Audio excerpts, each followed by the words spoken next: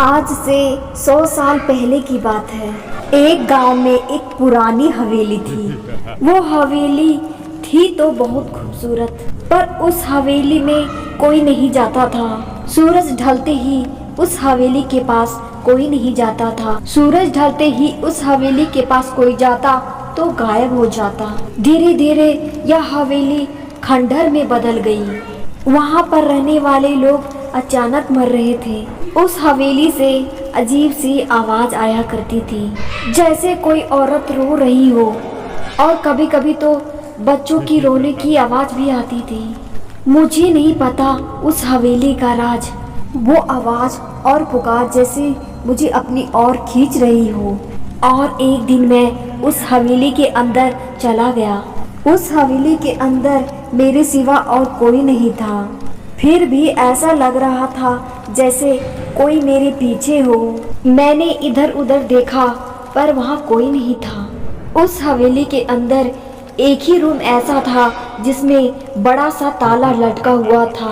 उस ताले में एक ताबीज भी लटकी थी, जिसे देखकर मैं सोच में पड़ गया कि ये ताबीज ताले में क्यों लटकी है। काफी देर सोचने के बाद मैं उस ताले को तोड़ देता हूँ और उस रूम के अंदर चला जाता हूँ। तभी अचानक एक पल के लिए ऐसा लगा कि जैसे कोई मेरे पीछे से गुजर रहा हो। मैंने पलट कर देखा पर मुझे कुछ नहीं दिखाई दिया। अचानक उस कमरे की लाइट बंद चालू होने लगी। मैं काफी घबरा गया। फिर मेरी नजर उस 3 कंकाल में पड़ी। यह कंकाल रमेश और उसकी पत्नी की है, जिसका एक छोटा सा बच्चा भी था। वो इतने भयानक लग रहे थे कि उन्हें देखना भी मुश्किल था। धीरे धीरे वो तीनों मेरे करीब आ रहे थे।